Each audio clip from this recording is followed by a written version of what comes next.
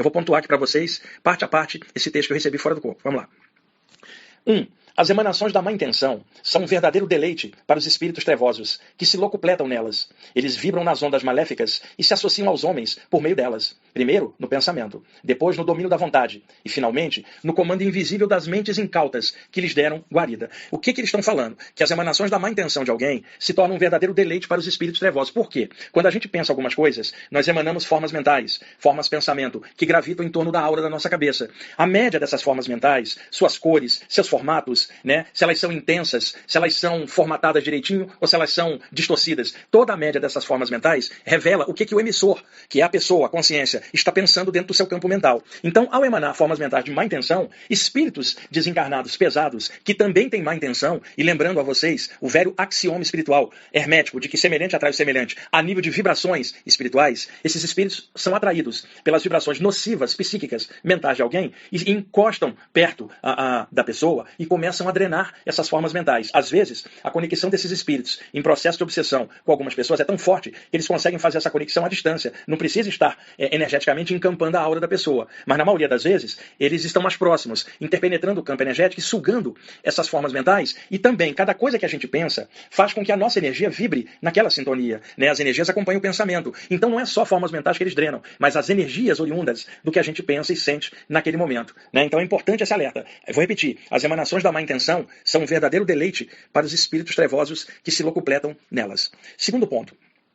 Urge que a humanidade terrícola tome providências eficazes contra os assédios psíquicos das sombras, começando pelo expurgo psíquico dos próprios pensamentos maldosos e pela consecução de atos sadios e ígidos. O que eles estão dizendo aqui? É necessário tomar providência dentro da gente contra os assédios espirituais, começando pelo expurgo dos pensamentos ruins dentro da gente. Desejo de vingança, picuinha, sabe? Encrenquinha mental com os outros, sabe? Climas belicosos na mente. E hoje as pessoas estão muito suscetíveis de brigar por qualquer coisa, principalmente na internet, não é verdade? No Facebook, no canais do YouTube, blogs, e-mail, pelo WhatsApp, as pessoas brigam demais. Isto torna-se alimento energético para entidades que vampirizam a própria humanidade. Então, o bom combate que todo mundo fala espiritualmente é dentro da gente, não é olhando a vida do outro, é olhando dentro da gente e combatendo tudo que é pernicioso na mente da gente. Quando eu falo pernicioso é o que tem má intenção, porque muitas vezes uma pessoa condicionada por uma religião X ou Y acha uma coisa ruim que, na verdade, em outra área aquilo pode ser positivo, dependendo da cultura vigente e do local onde ela mora. Então, o negativo, às vezes, de alguém, não é ela desejar algo ou pensar algo da própria vida, não. O negativo é pensar no mal de alguém ou organizar mentalmente qualquer proposta negativa e que prejudique o próximo e também tudo aquilo que prejudica a nós mesmos. 3. Mudando o padrão psíquico, mudam as vibrações. Mudando o homem, internamente, muda o mundo de fora, por repercussão direta. Mudando o padrão das energias, mudam as companhias extrafísicas correspondentes. Gente, isso aí é óbvio. Ao mudar o padrão mental, as formas mentais mudam, o campo energético muda, e a nova vibração que aparece, espíritos grossos não as toleram. Ou seja, aumentando a luz na própria aura, espíritos daninhos não conseguem fazer a drenagem psíquica, o vampirismo psíquico das pessoas. 4. Quando os pensamentos buscam o alto, as energias mudam para melhor e os agentes das sombras não as toleram. Logo, é de suma importância que os trabalhadores espirituais ergam seus pensamentos, principalmente nos momentos de dramas e vicissitudes. É vital a manutenção da serenidade e da razão nos objetivos e nas atitudes. Essa está bem óbvia, né, gente? Não precisa pontuar nada. Vamos seguir. 5. Manter a luz da paz acesa no próprio espírito não é tarefa fácil. Requer esforços contínuos e o exercício da paciência, aliada a uma forte determinação de não se deixar levar pelas emoções inferiores. É tarefa portentosa para os fortes de espírito, dispostos para as grandes escaladas da sabedoria, pelas cordilheiras psíquicas de si mesmo, para os altos cumes daquela paz que não é desse mundo. Gente, só para pontuar isso de outra forma, Jesus falava que a paz que ele trazia não era a paz desse mundo. Por quê? A paz entre os homens é o intervalo entre conflitos, é a pausa, o interregno entre as batalhas dos homens. Então, quando o ser humano não está em guerra, ele fala, estou em tempo de paz. Isso até eclodia outro conflito lá na frente. A história da humanidade está permeada de guerra. Então, quando se fala paz no sentido humano, é o intervalo entre seus conflitos. Não estamos em período de guerra, estamos em período de paz. Ou seja, o intervalo entre conflitos. Quando Jesus falava que a paz que ele trazia não era desse mundo, ele está falando de uma paz como estado de consciência no coração, que independe dos conflitos de fora e das pausas entre conflitos que os homens chamam de paz. A paz que Jesus falava era estado de consciência interno. E é essa paz que está sendo falada aqui, manter a luz da paz acesa no próprio espírito, né? Aquela paz que não é desse mundo. Isso é claro, baseado nesse ensinamento de Jesus. E na Índia, os antigos rishis, os sábios que compilaram os Upanishads, eles chamavam essa paz de Shanti em sânscrito, que é a paz de dentro, que não pode ser abalada por contexto de fora. É uma paz que é estado de consciência. E nem preciso falar para vocês do que o Buda falava sobre o campo pacífico dentro da gente. Vamos lá. 6. Há pencas de espíritos atormentados, agarrados no manto de maldade, que muitos homens carregam sem saber. São sombras carregando sombras, por semelhança de propósitos deletérios. Eles estão dizendo aqui que pencas de espíritos, ou seja, grupos de entidades pesadas, ficam agarradas no manto daqueles que praticam maldade. O que é o manto? O manto é a aura, o manto de luz da pessoa.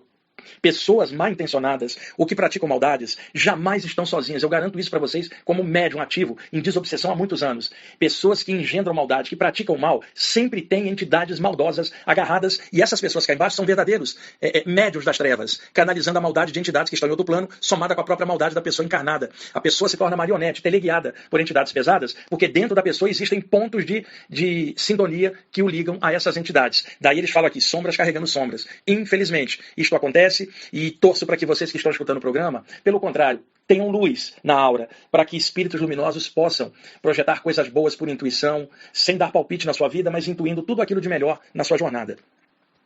7. Alguns espíritos trevosos se utilizam de artefatos sombrios, plasmados por suas mentes doentias nas energias do astral inferior.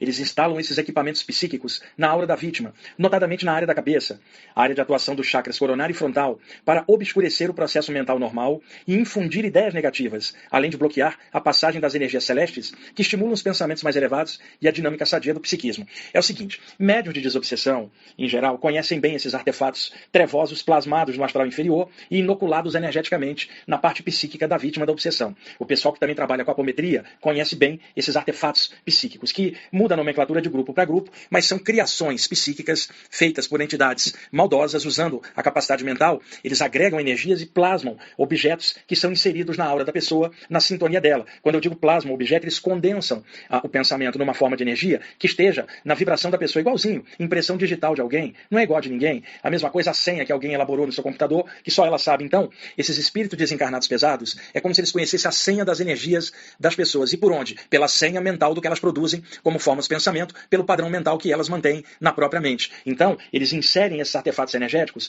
podem ser de diversas maneiras. Uma delas é durante as saídas do corpo, levando em conta que o fato de alguém estar fora do corpo não caracteriza que ela vai ter um assédio espiritual. Isso é um mito. Semelhante atrai semelhante. A maioria dos assédios ocorre aqui na vigília mesmo, porque entidades pesadas se valem da invisibilidade. E se a própria pessoa obsidiada nem acredita que eles existem, nunca vai tomar providência para eles serem afastados, né? E o seu campo ser limpo. Então, entidades inferiores trabalham na surdina, né? No invisível, trabalhando contra a pessoa. E isso tem vários motivos, desde coisas de vidas passadas até estar dando mole no presente, com pensamento negativo. Os motivos são os mais variados, mas sempre tem algo que puxa aquela farpa energética na direção da pessoa. E a pessoa detectando isso, ela elimina a causa, desaparece o efeito que é o assédio espiritual. Então, eles podem inocular esses artefatos energéticos de diversas formas nos chakras do corpo astral quando a pessoa está projetada. Como podem inserir esses artefatos no duplo etérico da aura do corpo, nos chakras que estão concomitantes com o duplo etérico conectado às glândulas endócrinas do próprio corpo humano. É onde ocorre a maioria das inserções desses artefatos extrafísicos em geral. Como é que se defende disso? Mantendo uma vibração positiva, pessoal. Semelhante atrai semelhante. Não tem como alguém encaixar algo negativo em você se você não tiver nessa vibração,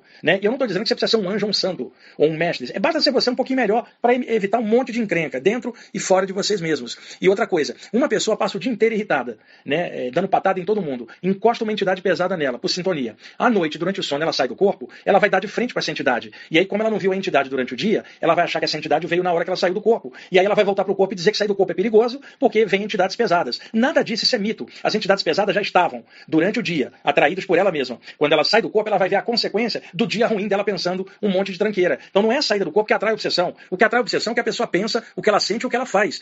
Na saída do corpo se revela a consequência da coisa que ela não estava vendo na vigília. Não é a saída do corpo que atrai entidades, é o que a pessoa é. Isso é muito importante de esclarecer em público para não deixar dúvida. A saída do corpo, ela vai ter a sintonia daquilo que você faz com você durante o seu dia a dia. Semelhante atraindo semelhante. Você quer saídas do corpo legais? Pensamento positivo durante o dia, atitudes sadias na hora de deitar, pensamentos legais, sentimentos bons, uma prece, uma vibração, o que você quiser. Mas tem que buscar uma sintonia melhor para que você busque coisas maiores também na saída do corpo, porque você já faz isso dentro do corpo, durante o seu dia a dia também. E outra coisa, há um exagero, principalmente entre os grupos de apometria, que com o passar do tempo passaram a exagerar e dizer que está todo mundo chipado, né, como se fossem chips energéticos, artefatos negativos. Na Idade Média, como é que uma entidade fazia obsessão? Ela criava uma estaca de energia escura e cravava essa estaca num dos chakras da sua vítima. E não é aquela coisa de chegar ali e cravar um artefato, não. Para que isto aconteça, a obsessão já tem que estar graçando nela há um tempão, naqueles estágios de obsessão simples, fascinação, subjugação e outros, até chegar no ponto da inserção de alguma coisa negativa. No passado, eram artefatos grosseiros. Hoje, com a própria tecnologia da humanidade, que não é boa ou ruim, depende da aplicação, entidades desencarnadas desenvolveram tecnologia para o mal de inserção de artefatos energéticos na aura de algumas pessoas. Mas isso não é a maioria. Na maioria dos casos, eu falo isso como médium desobsessão e projetor extrafísico lidando com isso há tantas décadas, a maior parte das obsessões ainda vale a velha máxima, uma mente negativa influenciando a mente mais fraca para a consecução de coisas negativas por sintonia. Então existem os artefatos que se vê num caso ou outro, mas não em tudo. Do jeito que o pessoal fala, parece que todo mundo que está assediado tem um artefato. E não é verdade. O pessoal exagera e fica vendo artefato onde não tem. E vou falar bem claro, em alguns casos a vítima é tão boba e a entidade tão feroz atuando sobre ela que não precisa de chip nenhum. Basta o pensamento da entidade em cima da pessoa para a pessoa fazer uma besteira. Então a mente humana, dos seres humanos aqui, é muito devassável extrafisicamente. As pessoas não vibram energia, né? Não sabem nem o que é energia às vezes. O que protege as pessoas é o seu caráter. Uma pessoa pode não saber mexer com energia, mas ela é ótima pessoa. Ela já está defendida pelo caráter dela. Agora, quem é que consegue ficar bem o tempo inteiro, né? Então, nesses momentos que a gente oscila, alguma coisa pode surgir para explorar o ponto de fraqueza daquele momento. É aí que é importante ter um poder de reação. Esses artefatos existem, são inseridos nos chakras, na aura, mas não é do jeito que o pessoal está exagerando, achando que tudo que é obsessão é coisa de artefato inserido na aura de alguém. Não. Na maioria das vezes são processos psíquicos, mentais, na maioria dos casos. Para evitar tal influência nefasta, recomenda-se o exercício da prece e da meditação diária, dentro das possibilidades de tempo de cada um. Outra medida efetiva é a dilatação da aura da cabeça, pela força da vontade, expandindo a luz amarelo-dourada de dentro para fora, formando um halo brilhante em torno, e com isso, desagregando as formas mentais deletérias e os artefatos daninhos. Eu me lembro que há alguns anos, eu falei em um dos programas sobre isso, luz amarela na cabeça dourada corta processos de obsessão na mente da pessoa, limpa o campo mental dela de formas mentais deletérias. O que a pessoa visualiza? Que ela tem um sol dentro da mente dela, e que esse sol irradia uma luz formando uma aura brilhante, cheia de luz de dentro da cabeça, vibrando para fora, tornando a cabeça dela e o rosto um sol. E vibrar nisso com um pensamento positivo. E por alguns minutos dissolve um monte de tranqueira que está agregada no campo mental dela. 9. O orai e vigiai, ensinado há 2 milênios pelo meigo Jesus, ainda é o melhor remédio contra as influências espirituais perniciosas. Eu já comentei isso também em outros programas. Quando Jesus falava orai e vigiai, o orai não é ficar repetindo prece igual um papagaio o tempo inteiro, mas um estado de conexão, de ligação com o alto. E o vigiai é vigiar a própria vida e não a vida dos outros. 10. O pior mal não é aquele que vem de fora, mas o que nasce no coração do próprio homem. Um é chamariz do outro, naturalmente. As sombras de fora gostam das sombras de dentro. Esse não precisa pontuar, tá bem claro. 11. Se os homens pudessem ver o efeito dos seus pensamentos densos no espaço invisível, em torno deles mesmos, com certeza ficariam muito envergonhados da poluição psíquica que geram. E mais ainda, se vissem os seus despojos energéticos sendo consumidos pelos verdugos extrafísicos que se alimentam de sua imaturidade, ficariam estarrecidos. Talvez só assim fossem capazes de mudar alguma coisa em suas mentes. O que eles estão dizendo? Se as pessoas pudessem ver por clarividência o lixo mental em torno da aura da própria cabeça, elas ficariam envergonhadas de manter esse clima nelas mesmas e reagiriam, procurando melhorar, até pelo bem de si mesmas, né? Então eles falam do rebotário mental, os despojos energéticos em torno da nossa aura. Por isso a dica de vibrar luz amarela com um pensamento forte e caráter sadio.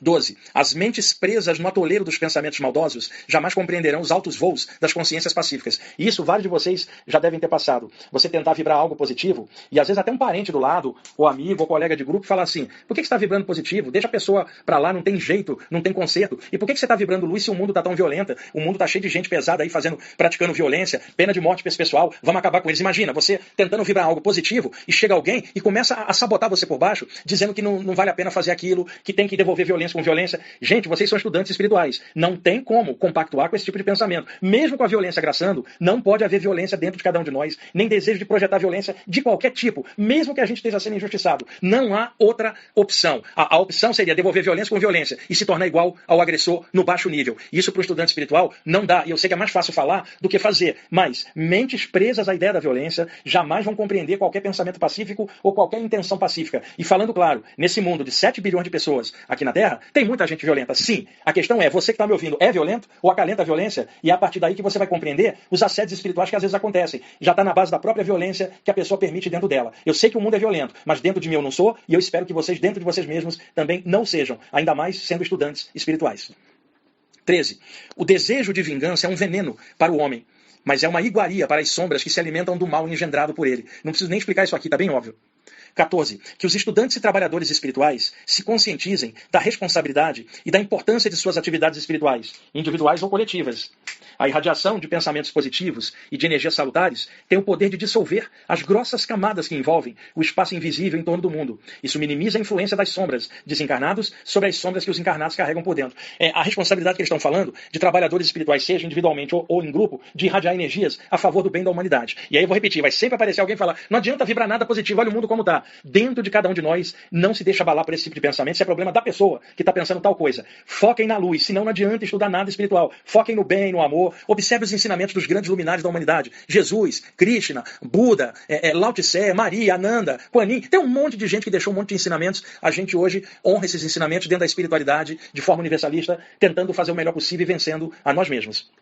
15. Como se ensina nas escolas do astral superior, paz e luz aos homens de boa vontade. Eles concluem isso e tem uma notinha ainda que diz assim no texto, que esses apontamentos conscienciais sirvam de alerta aos estudantes e trabalhadores espirituais que se deixam engolfar pela leviandade e pelas emoções pesadas. Que eles ponderem com prudência e coerência sobre os caminhos que vêm trilhando e vençam a inércia que tolhe seus potenciais criativos. Agradecemos ao alto pela oportunidade do intercâmbio criativo entre planos. Os iniciados, Iramatiz e participação com eles. Essa mensagem eu recebi em 23 de maio de 2006. E agora eu estou pontuando para vocês aqui, porque é importante, ainda mais na época que a gente está vivendo agora, 2020. Espero que essas palavras possam levar esclarecimento e força para vocês. E vocês também relevem a contundência com a qual eu falo sobre esses temas, porque não se pode dar mole numa coisa dessa, pessoal. É tema seríssimo. Os assédios espirituais, as coisas que a gente vem acalentando de negativo, não dá para ser mole nessas coisas. Tem que ser incisivo. Não no sentido radicalismo, é incisível. Firmeza de pontuação de tema. Tem temas que você não pode deixar a bola quicando. Você tem que ser bem assertivo, consciente e responsável nisso que está sendo